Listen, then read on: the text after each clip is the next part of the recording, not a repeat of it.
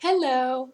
So everyone is entitled to lifestyle choices of their own, and multi-dating is a lifestyle choice I refuse to give up at this time. And I know I am due for a video on what multi-dating is, but things keep happening, and it's easier to talk about multi-dating by referring to it rather than just given the current events going on, rather than spending the time on a video of what multi-dating is. Um, Anyway, whoever I date right now has to accept that I have been dating people before I met them, and that I'm dating people currently, and that I'm most likely, unless they survive the multi-dating process, going to be dating people after them. Because multi-dating really is kind of like survival of the fittest in a way. But as I said in my last video, I'm beginning to see someone new, and he's 10 years younger than me with no experience with living with a woman.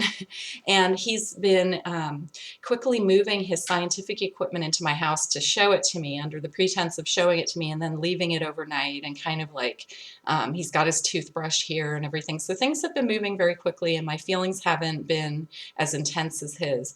But anyway, he noticed that. He's been keenly aware that despite I've been enthusiastic about the science equipment and looking at things on the microscope with him and things like that, he is keenly aware that I'm not reciprocating, and I know I've done a video on reciprocity and power dynamics, so he's keenly aware that I'm not reciprocating with the intensity that he is in this new relationship. And for me, that's fine. I'm just thinking maybe it takes me a little while to get attached to him. He has some very nice qualities that I like, and I like him as a person.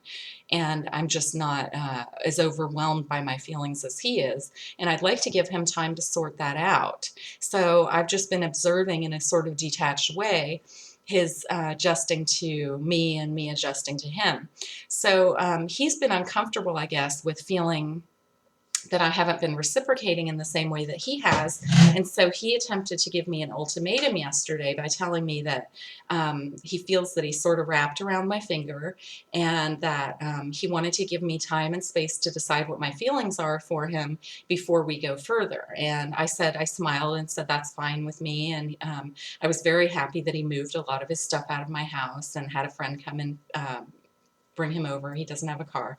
So, long story short, he's been unable to wait for me to have time to figure out my feelings and get back to him, which is fine. I kind of know how my feelings are and can tell him, but I'm just sort of observing how he's responding so that he can kind of see his own behavior and reflect on it a little bit. So he came over this morning unannounced, or maybe he was texting me and my phone was dead. It's charging right now. So he was knocking on my door this morning and said, oh, I thought we were going to walk in the wetlands with my dad today. And I said, well, I thought that was off because of our discussion yesterday. And he said, oh, I'm so sorry. He wants to take the pressure off of me, and I just don't know if he's going to be able to do that. So the bottom line is, when people give you ultimatums, just tell them you need time to figure yourself out, and it could be kind of fibbing a little bit, because what you're really doing is giving them time to figure out if they really want to give you an ultimatum or not.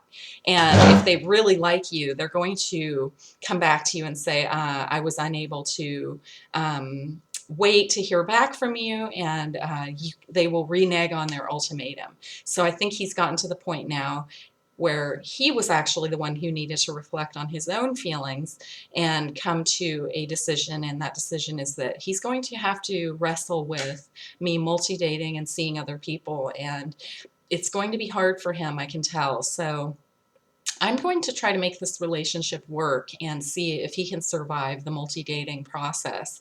And the difference between him and other people is that the other people that I multi-date don't care that I'm multi-dating, and it's not an issue for them.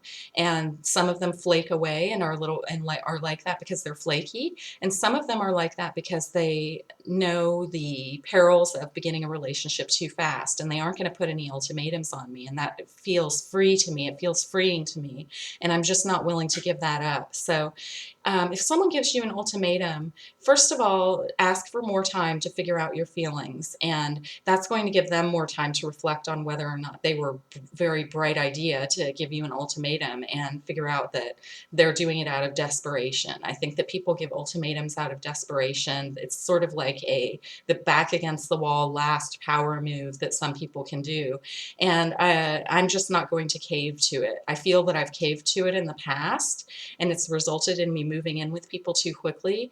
And it's like my mom said, once it's a lot harder.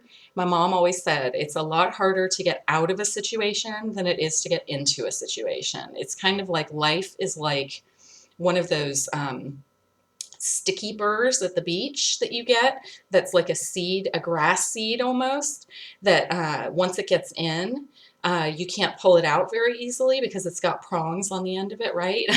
Relationships are kind of like that. Be very careful who you get in one with. I would rather be labeled a whore and a harlot and, an easy, sleazy skank than I would get stuck in a relationship just to avoid those labels.